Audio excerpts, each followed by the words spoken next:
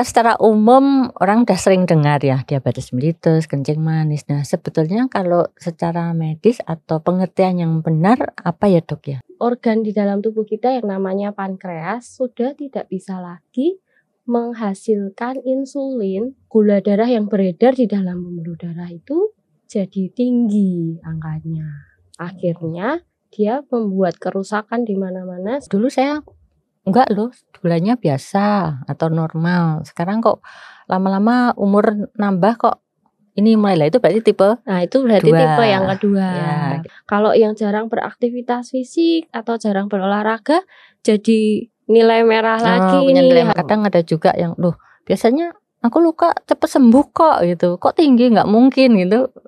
Ya, berarti bisa jadi ya bisa dok jadi ya? karena memang komplikasinya belum sampai ke sana. Oma, opa mungkin kalau mau ngambil apa atau makan sesuatu mungkin sambil jalan itu malah lebih baik ya. Iya. Nggak apa-apa diambilkan begitu. Betul. Ya. Kadang kan Betul. anaknya tuh dok yang kasihan gitu. Dan nggak apa-apa mamah di sini, nggak apa-apa saya ambilkan. Itu malah sebaiknya tidak dikurangin yang gitu-gitu ya. Lebih baik opa oma harus bergerak. Shalom para sahabat lansia semuanya. Kembali kita berjumpa dalam acara yang selalu kita tunggu-tunggu, yaitu Melaba Menjadi Lansia Bahagia. Acara ini diselenggarakan oleh Komisi Warga Senior GKI Ceyudan Solo bekerjasama dengan Radio Immanuel setiap hari Rabu pukul 11 hingga pukul 12. Dan hari ini saya Inawati akan memandu acara Melaba ini selama kurang lebih 1 jam ke depan. Dalam kesempatan ini saya ingin menyapa semua oma opa ya yang ada di rumah maupun di mana saja. Semoga semuanya dalam keadaan baik dan sehat dan tetap terus semangat di dalam kasih Tuhan Yesus. Dan topik bahasan kita hari ini cukup menarik sobat lansia semua, yaitu diabetes mellitus atau secara umum mungkin dikenal dengan sebutan kencing manis. Dan narasumber kita hari ini adalah Dr. Stephanie Kristiana Nugroho. Selamat siang Dr. Stephanie. Ya, selamat siang Bu Inawati. Ya. Selamat siang para sobat Melaba, opa-opa dan oma-oma sekalian. Panggilannya lebih singkat dok? Ya bisa panggil Dr. Stephanie atau Dr. Fani boleh. Lebih singkat lagi Dr. Fani ya. Yeah. Dr. Stephanie bekerja di salah satu klinik swasta. Ya. Di mana dok? Di Surakarta atau di Surakarta? Di Surakarta ya, di suatu tempat ya. Iya. Dan siang ini Dr. Stephanie bersama kita akan mengulas materi mengenai diabetes mellitus atau juga dikenal secara umum dengan sebutan kencing manis. Nah, gini Dr. Stephanie ya, saya panggil singkat ya. Iya. Kan secara umum orang udah sering dengar ya diabetes mellitus, kencing manis. Nah, sebetulnya kalau secara medis atau pengertian yang benar apa ya dok ya definisinya? Ya, diabetes mellitus ya. Kalau opa oma mungkin sering dengar, biasa orang bilang kadar gula darah tinggi atau kencing manis. Sebenarnya apa sih itu? Itu tuh kondisi di mana kadar gula darah yang ada di dalam tubuh, khususnya ada di dalam darah, itu tinggi gitu. Kok bisa tinggi ya gitu? Kadar dalam darah di dalam tubuh itu bisa tinggi ketika organ di dalam tubuh kita yang namanya pankreas sudah tidak bisa lagi menghasilkan insulin yang mencukupi bagi tubuh untuk mengolah gula darah masuk ke dalam sel-sel atau otot untuk menjadi energi. Makanya karena tidak bisa diolah itu tadi, gula darah yang beredar di dalam pembuluh darah itu jadi tinggi angkanya. Akhirnya dia membuat kerusakan di mana-mana sehingga menimbulkan penyakit yang disebut dengan diabetes mellitus ini tadi. Nah, kalau kencing manis berarti di kencingnya juga ada gulanya gitu dok mungkin? Iya, jadi sebenarnya itu salah satu gejalanya ya kayak penanda gitu ya. Di dalam kencingnya tuh jadi lebih manis. Diperiksa aja gitu ya. Diperiksa atau dicium baunya pun baunya lebih manis daripada kencing yang normal. Seperti itu, Bu. Ya, jadi sebetulnya permasalahannya bukan hanya di kencingnya, Dok, tapi justru di dalam darahnya yang lebih ini ya, lebih memberikan efek lebih beratnya nanti. Iya, betul. Gitu. Nah, sebenarnya apakah semua orang bakal menderita kencing manis atau mungkin beberapa sebab saja yang bisa menyebabkan orang bisa kena kencing manis? Ya, jadi kencing manis itu sebenarnya ada beberapa macam ya, dibagi menjadi 3 sesuai dengan penyebabnya. Yang pertama yang disebut dengan diabetes mellitus tipe 1. Kalau itu penyebabnya karena faktor genetik, jadi tidak bisa dihindari memang. Jadi karena ada faktor genetik, sel pankreasnya itu dirusak oleh tubuh sendiri sehingga jadi tidak bisa menghasilkan insulin itu tadi. Kalau tipe yang kedua, diabetes mellitus tipe 2 itu adalah faktor resikonya pada orang-orang yang usianya lebih dari 45 tahun. Khususnya bagi para lansia seperti itu. Itu memang disebabkan dari pola hidup dan gaya hidup sehari-hari. Ketika seseorang mengkonsumsi gula terus-menerus, semakin lama insulin yang ada di dalam tubuh tidak bisa lagi bekerja sebaik yang dulu. Sehingga terjadi kondisi yang disebut dengan resistensi insulin. Kerja keras gitu ceritanya ya. Kerja keras tapi hasilnya nggak bisa maksimal gitu ya, Bu ya. Jadi hasilnya gula yang di dalam darahnya mau diturunkan tetap beredar terus, nggak bisa tinggi turun, gitu ya. tetap tinggi. Itu penyebab diabetes yang kedua. Nah, ini yang akan lebih banyak kita bahas pada hari ini adalah tipe yang kedua ini. Kalau yang pertama berarti enggak perlu harus tunggu usia banyak ya? Iya, kalau tipe 1 tadi. Yang tipe 1 biasanya usia masih sangat kecil. Loh, tiba-tiba sudah ketahuan. Gitu. Masih umur 4 tahun sampai 9 tahun gula darahnya sudah sangat tinggi. Nah, itu biasanya tipe 1. Biasanya kalau yang dulu saya enggak loh, gulanya biasa atau normal. Sekarang kok lama-lama umur nambah kok ini mulai itu berarti tipe. Nah, itu berarti tipe yang kedua. Ya, begitu.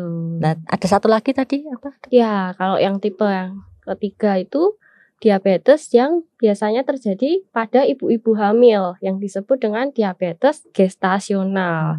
Yang ini munculnya karena ada perubahan hormon di dalam kehamilan sehingga memicu gula darahnya menjadi tinggi. Tapi kabar baiknya ketika kehamilan itu sudah selesai, biasanya gula darahnya akan menjadi normal kembali. Nah, cuman tetap ada resiko untuk bayinya mungkin. Iya, gitu ya.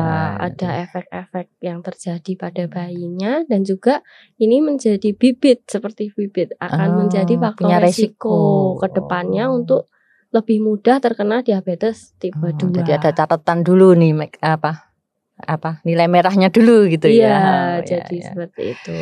Ya gitu ya. Oke. Nah, tadi kan disebut-sebut untuk yang tipe 2 nih ya yang mau kita bahas lebih banyak ya, Dok ya, yang berhubungan dengan para sobat lansia, oma-opa atau juga semua pendengar ya semuanya yang berhubungan dengan umur tadi ya. Jadi apa yang kira-kira perlu nih diwaspadai gitu ya?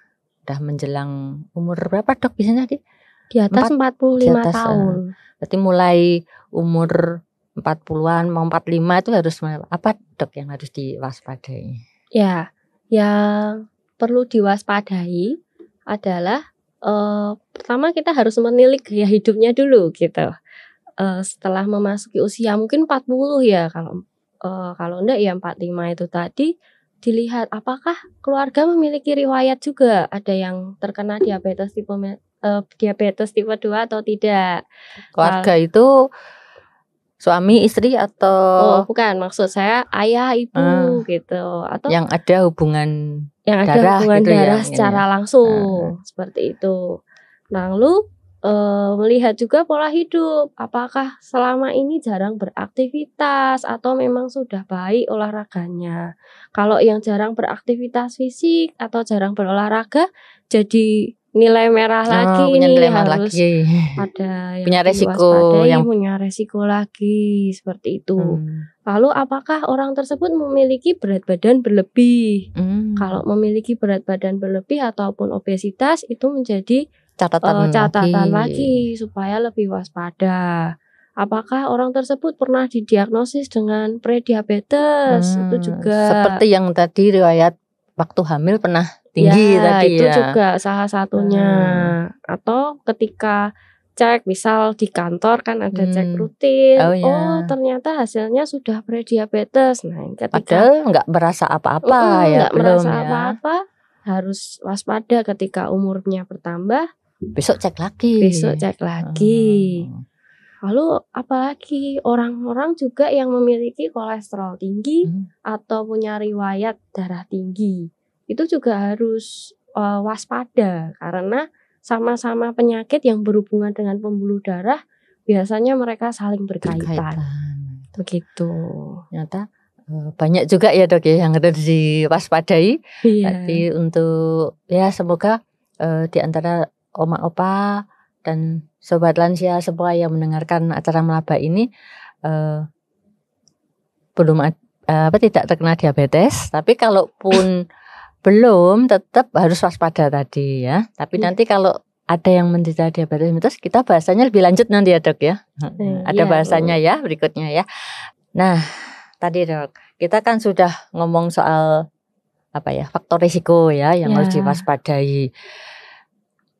Lalu sebetulnya kalau ditanya gejalanya apa ya yang tadi kan waspadai gejala-gejala apa yang kayaknya ini apa benar ya saya menderita atau sudah mulai tanda-tanda yang tadi katanya prediabetes ya. Tandanya apa dok? Gejala-gejalanya? Iya, diabetes mellitus ya. Ini sering kali tuh memang gejalanya tidak terlalu nampak.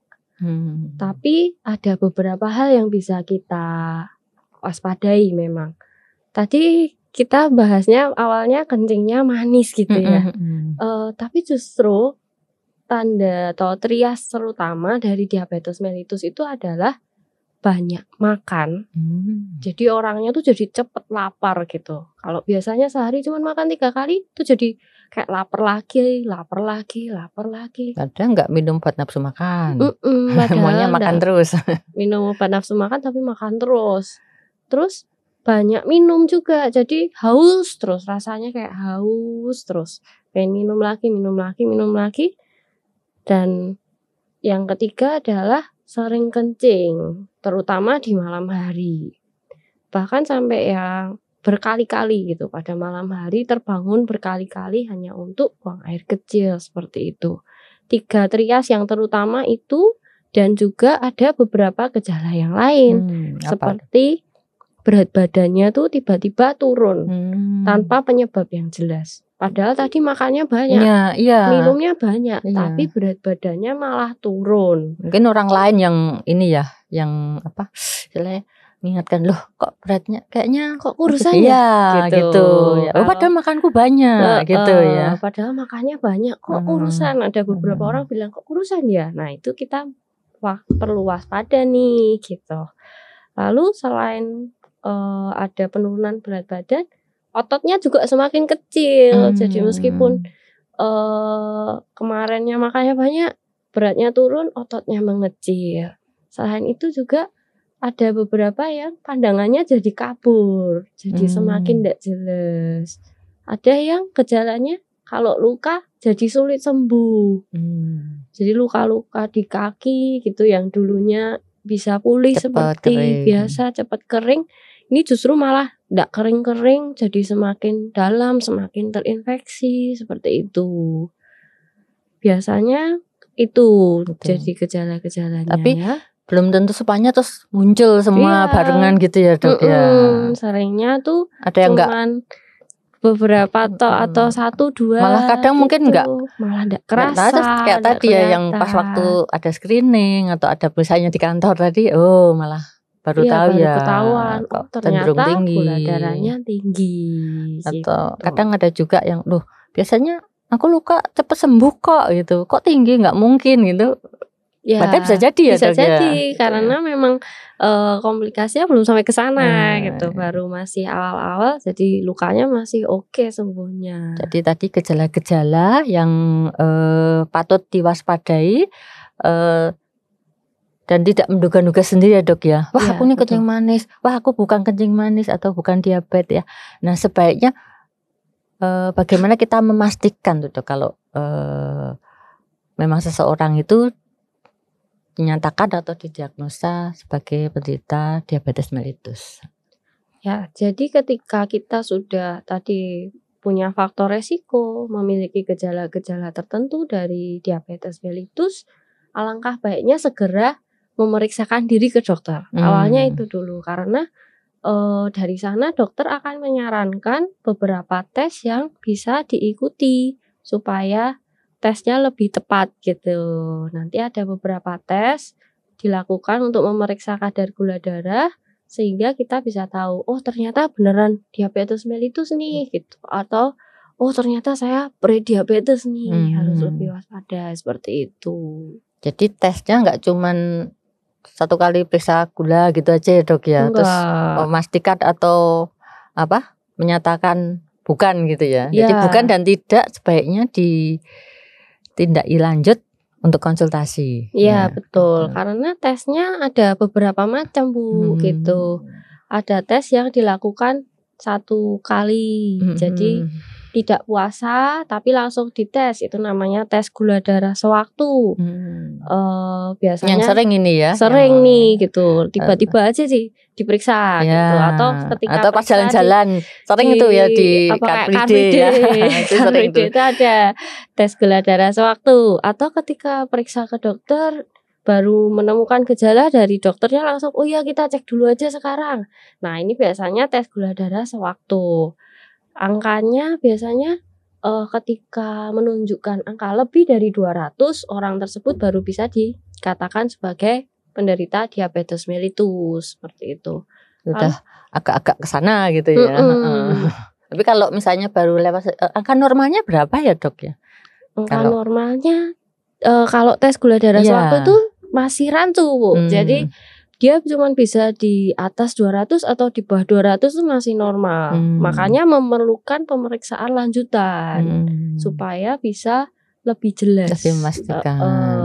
Ada pemeriksaan lain yang disebut dengan tes gula darah puasa, tes toleransi gula, dan juga tes HbA1c.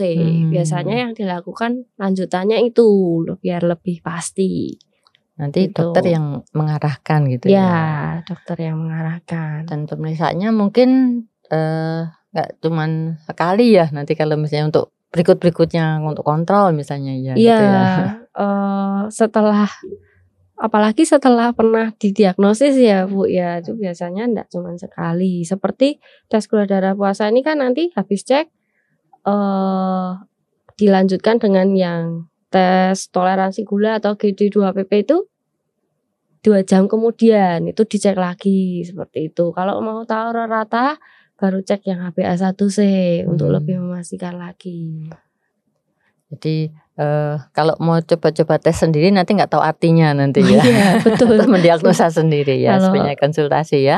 Saya menyarankannya tetap harus konsultasi dulu. Iya.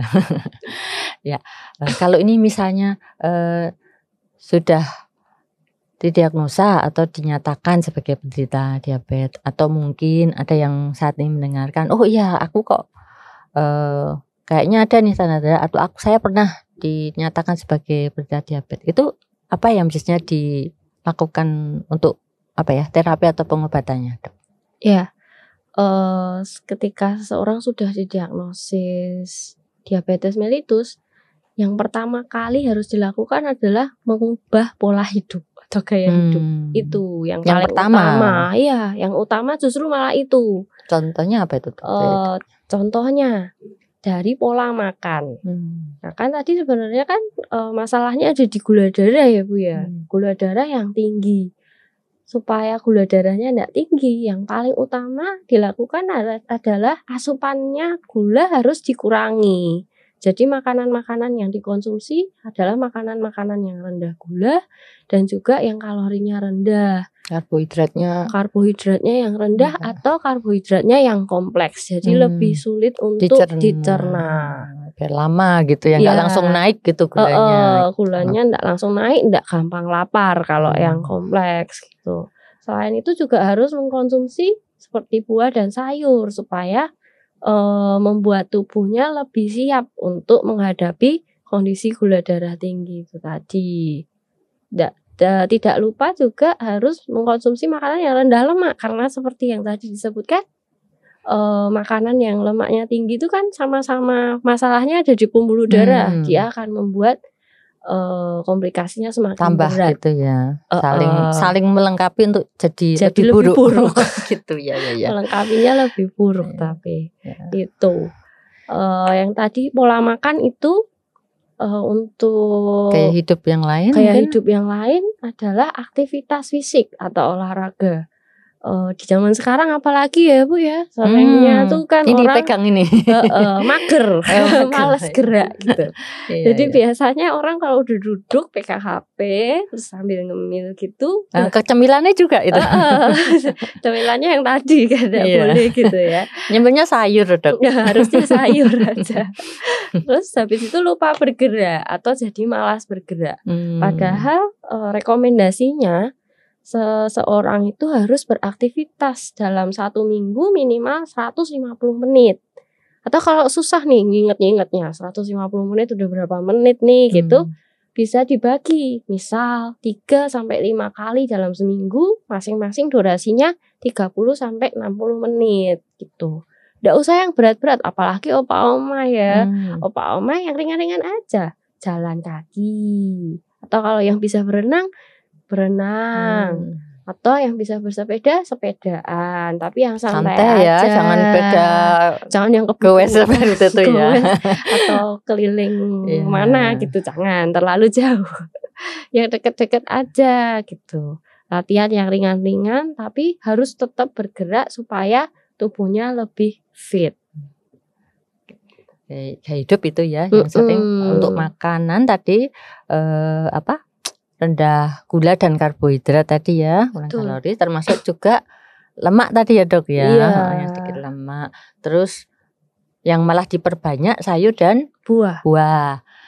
Terus gaya hidup yang lain untuk aktivitas ya, jadi tidak mager, gerak. Berarti malah opa mungkin kalau mau ngambil apa atau makan sesuatu mungkin sambil jalan itu malah lebih baik ya, nggak apa-apa diambilkan begitu ya. Kadang kan anaknya tuh Dok yang kasihan gitu, dan nggak apa-apa mama di sini, nggak apa-apa saya ambilkan, tuh malah sebaiknya tidak dikurangin yang gitu-gitu ya. Lebih baik opa oma harus bergerak, jadi tubuhnya bisa lebih fit dan juga menghadapi resistensi insulinnya tuh jadi lebih baik kalau banyak bergerak. Gitu. Pokoknya enggak yang lari-lari ya pokoknya gitu ya Dok. Pelan-pelan aja enggak apa-apa. Pokoknya bergerak. Pokoknya harus enggak duduk terus gitu ya. Mungkin kalau ada cucu bermain sama cucu malah oke ya. Jadi ada aktivitas pokoknya ya. Ya, betul. Oke. Nah, itu tadi kalau kita sudah upayakan ya dengan gaya hidup, tapi tetap ada obat mungkin ya yang diberikan ya. Jadi diabetes mellitus memang apalagi pada kondisi yang gula darahnya sulit untuk dikontrol, biasanya memerlukan obat-obatan.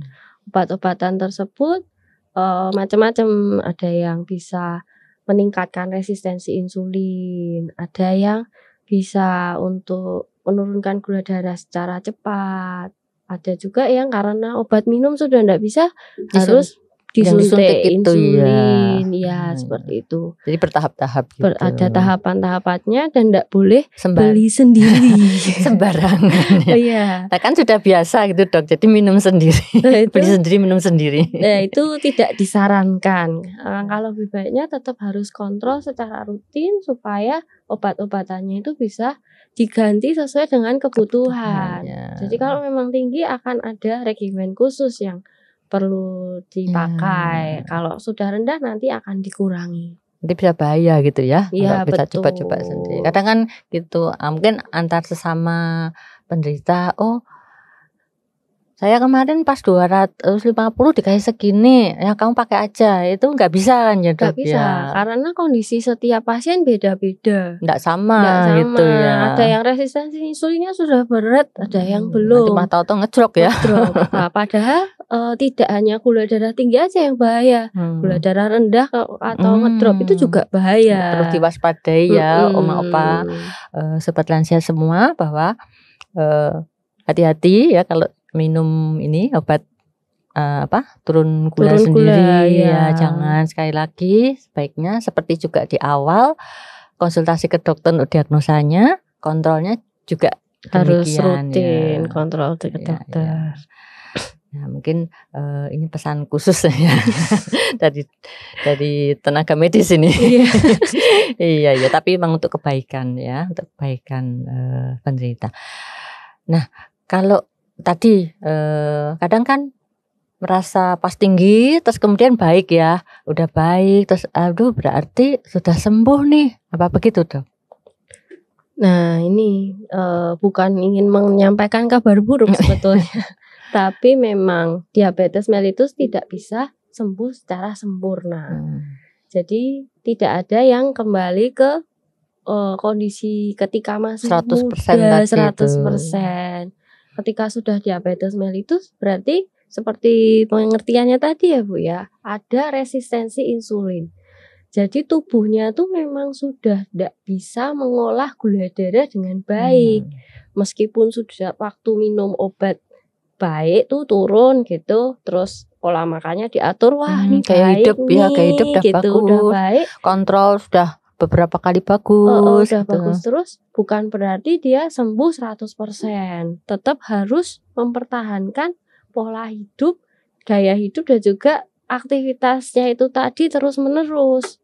Meskipun ada yang terus bisa lepas obat Bu, tapi itu bukan berarti sembuh gitu. Terkontrol jadi, gitu mungkin itu terkontrol. ya. Gula darahnya bisa dikontrol pada angka yang normal, angka yang aman gitu ya. Angkanya aman, tapi belum tentu ketika pola hidupnya berantakan lagi bisa baik terus, belum tentu.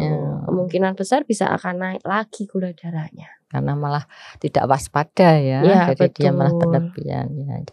Tetap waspada, tetap kontrol dengan baik, walaupun mungkin tadi ya dosisnya obat diturunin atau bahkan bisa sempat lepas, tapi tetap gaya hidup. Ya hidupnya enggak boleh lepas, harus tetap dijaga dengan baik, terutama pola makan dan juga aktivitas fisik. Kalau misalnya tidak terkontrol dok, apa yang bisa terjadi? Atau nggak terkontrol ya nggak apa-apa atau gimana dok? Oh jangan sampai, bahaya, bahaya kalau tidak terkontrol. Karena masalah utamanya adalah di pembuluh darah. Pembuluh darah itu seperti saluran atau pipa yang ada di dalam tubuh kita, di mana darah lewat untuk mengantarkan oksigen dan juga zat-zat makanan ke organ-organ di seluruh tubuh. Nah, pada diabetes mellitus, pembuluh darahnya ini kan jadi sempit karena banyak gulanya di dalam, kayak macet gitu Bu. Kalau udah macet, jadinya penghantaran oksigen dan juga penghantaran zat-zat makanannya jadi terhambat. Ketika terhambat, akan ada kerusakan-kerusakan di dalam organ. Nah ini komplikasi-komplikasinya. Bisa terjadi seperti tadi, matanya buram karena saraf-saraf matanya mulai rusak, tidak mendapatkan asupan yang baik, rusak, matanya buram.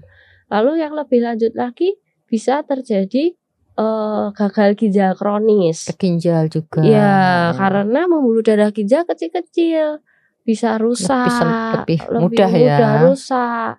Lalu ginjalnya rusak, fungsinya, jadi gagal ginjal, fungsinya enggak baik. Yang lain lagi bisa terjadi serangan jantung. Sampai ke sana juga ya dok ya. Iya, karena asupan pembuluh darah tadi. Lalu Karena yang padahal semua badan kan ada pembuluh darahnya, Dok. jadi semua Ya, organ, ini alat tubuh. bisa banget terjadi kerusakan ketika gula darahnya tuh enggak terkontrol. Dan kita nggak tahu ya yang mana yang mau dituju gitu ya. Yang pertama yang kena mana kita kan nggak bisa ngarani ya. Tiba-tiba sudah muncul komplikasi dan itu menjadi sulit untuk disembuhkan. Seperti itu. Untuk menghindari itu semua, memang sebaiknya tadi tetap kontrol tadi ya. Jadi, betul. Harus telaten untuk mencapai tadi ya angka yang aman, sehingga berita bagusnya mestinya bisa terhindar komplikasi kalau aman terus gitu ya. Harus semangat ini gitu ya. Betul, harus semangat untuk bisa yang namanya terkontrol tadi. Nah, tadi kita kan sudah juga sempat disinggung ya, Dok ya, untuk faktor resiko yang bisa dihindari. Nah, tadi mungkin waktu di awal disebut sebagai istilahnya nambahin nilai merah gitu ya bagi yang usia lanjut ya, warga senior atau kalau 40 ke atas, 45 ke atas ya lebih lagi. Nah, mungkin barangkali nih pendengar kita bukan hanya oma opa ya, sobat lansia juga ada yang mungkin umurnya masih muda. Nah, bahkan ini juga pesannya mungkin juga untuk yang udah lansia juga ya. Apa tadi ya yang kita harus bagaimana supaya faktor resikonya itu enggak banget gitu loh, Dok. Yang harus dilakukan yang bisa kita lakukan. Kalau umur kan sudah enggak bisa ya. Umur enggak bisa nih, faktor yang tidak bisa umur. Diubah. Terus tadi kalau dibilang keluarga tadi kita udah enggak bisa milih-milih lagi ya. Betul. Jadi apa yang bisa kita lakukan, kita bertanggung jawab untuk kesehatan kita dan tubuh kita bisa berikan oleh Tuhan supaya kita nggak sembarangan gitu ya, tetap menjaga kesehatan kita dengan bertanggung jawab. Itu apa, Dok, yang harus dilakukan? Ya, ini tidak bosan-bosannya saya mengingatkan sponsor bahwa untuk mencegah diabetes itu yang paling utama adalah pola makan dan aktivitas fisik seperti yang sudah saya jelaskan tadi. Tapi teman-temannya juga banyak nih. Ada juga menjaga berat badan yang ideal. Ketika berat badannya berlebih juga meningkatkan faktor resiko. Jadi kalau berat badannya baik, harapannya juga bisa mencegah diabetes. Selain itu, jaga berat. Bentar, Dok, pelan-pelan, Dok. Tadi apa tadi pertama, Dok? Pola makan. Pola makan. Tapi pola makan yang apa? Pola makan yang rendah gula, rendah kalori, rendah lemak. Ya, kayak tadi depan cocok ya, Dok, berarti ya. Terus apalagi, Dok, tadi yang kedua? Yang kedua aktivitas fisik. Tadi apa? Jangan berolahraga, tidak boleh mager. Jangan mager, ini anak-anak muda, ayo anak muda gitu ya. Yang lansia juga, ada apalagi anak muda jangan mager gitu ya, Dok. Betul. Ya. Terus berikutnya apalagi, Dok? Yang berikutnya menjaga berat badan ideal, tidak boleh berlebih. Mungkin bisa dihitung. Nanti hubungi nomor di bawah ini, saya bantu hitung. Ya, jadi yang jelas jangan berlebihan gitu ya berat badannya. Jadi kalau mengurangi berat badan, otomatis mengurangi resiko. Yang lain lagi bagi para perokok juga diharapkan untuk berhenti merokok. Karena zat-zat yang ada di dalam rokok itu juga memperkeruh yang ada di dalam pembuluh darah. Ya. Nambahin masalah. Dia meningkatkan resiko diabetes juga. Lalu juga temannya rokok dilarang mengkonsumsi minuman beralkohol. Itu berteman ya, Dok? Berteman erat. Iya. Kalau alkohol juga bisa meningkatkan resiko. Selain itu juga harus bisa mengelola stres dengan baik. Ini mungkin penting nih, Dok, ya. Stres, karena stres kan pikiran kita sendiri, Dok, ya. Kalau yang lain orang lain bisa ngingetin ya. Kalau stres kan kamu jangan stres, tapi tetap stres gimana? Iya, harus bisa mengelola stres dengan baik. Lalu yang berikutnya juga harus menjalani pengecekan gula darah yang rutin. Ya, apalagi yang punya faktor resiko tadi kayak waspada duluan gitu ya. Ya. Walaupun mungkin usianya belum sampai 40 45. atau 45, enggak ada salahnya. Di usia kurang dari 45 tahun bisa cek setiap 1 tahun sekali. Yang sudah lebih dari 45 tahun bisa cek tiap 6 bulan sekali. Lebih waspada itu. gitu ya. Nah, itu sobat lansia Opa semua, supaya bagi yang belum terkena ya, belum didiagnosa atau belum dinyatakan menderita diabetes, mengurangin faktor resikonya. Tapi tidak ada salahnya yang sudah menderita pun juga menjalani tadi ya Dok ya. Betul. Iya, tetap ya, karena tadi termasuk dalam terapinya tadi ya. Oke. Nah, kalau sudah jalan semua, harapannya tadi ya, tujuan akhirnya terkontrol ya. Bukan sembuh ya sekali. Iya, memang tidak bisa sembuh 100%. Ya. Dan ternyata waktu kita berjalan cukup cepat ya terasa ya. Ya, semoga apa yang dibagikan oleh Dr. Stefani bisa sebagai refreshing atau masukan juga bagi oma-opa, sobat lansia semuanya untuk hidup lebih sehat. Bagi yang belum terkena bisa menurunkan faktor risiko yang ada sehingga tetap sehat. Tapi kalau bagi yang sudah didiagnosa dan dinyatakan diabetes mellitus atau kencing manis, tetap semangat dengan melakukan tadi ya, beban gaya hidup, makan tadi ya, dan yang penting tidak mager tadi ya. Betul. Itu yang cukup penting, ini pesan bagi kita semua yang orang-orang mager.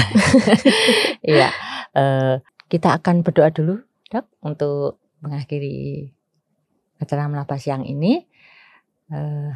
Juga bersama Oma Opa semua, mari saya ajak semuanya untuk tunduk di dalam doa. Bapa di surga, terima kasih untuk perjumpaan di acara Melaba melalui Radio Immanuel pada siang hari ini, dan biarlah apa yang sudah disampaikan oleh Dr. Stefani boleh menjadi berkat juga bagi seluruh pendengar, baik Oma Opa maupun sobat lansia semuanya, sehingga kami semua boleh tetap hidup bertanggung jawab atas kesempatan yang diberikan pada kami, sehingga kami tetap menjaga kesehatan kami dengan baik, memelihara hidup yang sudah Kau berikan, dan kami tetap boleh menjalaninya, khususnya lagi untuk kemuliaan nama Tuhan. Sebentar kami mau berpisah melalui acara Melaba ini. Bilang Kau tetap sertai kami dalam setiap aktivitas kehidupan kami di jam-jam dan hari-hari berikutnya, karena kami yakin percaya kasih Tuhan Yesus tetap akan selalu menyertai kami semuanya. Di dalam nama Tuhan kami berdoa, amin. Nah, sebelum kita tutup, saya mau minta Dr. Stefani satu atau 2 kalimat ya Dok ya, untuk pesan closing statementnya aja ya. Iya. Jadi ada, kalau lebih dari 1 kalimat boleh ya? Tapi jangan seperti materinya tadi panjang. Ada pesan-pesan untuk penderita diabetes mellitus dan juga keluarganya. Jadi tidak hanya penderitanya saja, tapi untuk keluarga mohon berikan juga dukungan emosional. Keluarga ini penting nih. Iya, bagi anggota keluarganya yang mengidap diabetes mellitus, karena tidak bisa dipungkiri bahwa tubuhnya pasti terasa sangat tidak enak. Dalam menjalaninya akan ada banyak stresor, sehingga dukungan keluarga menjadi sangat penting untuk bisa mendukung penderita diabetes dalam menjalani pola hidupnya dengan baik. Lalu untuk penderita diabetes mellitus juga jangan stres. Jadi meskipun tadi sudah diberi kabar buruk ya, bahwa tidak bisa sembuh 100%, tapi setiap orang yang menderita diabetes mellitus masih bisa hidup dengan baik seperti layaknya orang normal. Hanya saja harus bisa menjaga pola hidup dan juga aktivitas dengan baik. Ketika ada obat-obatan yang sudah disarankan diminum dengan baik, itu bisa membuat hidupnya jadi lebih baik dan bisa dijalani seperti orang normal. Seperti itu. Terima kasih Dr. Stefani ya untuk segala masukan dan nasihatnya. Semoga menjadi berkat bagi opa-opa dan seluruh pendengar semua Radio Immanuel saat melaba ini. Kita mohon pamit ya, Dr. Stefani. Iya. Ya, sampai jumpa lagi opa-opa semuanya di Melaba setiap hari Rabu pukul 11 di Radio Immanuel Surakarta. Tuhan berkati.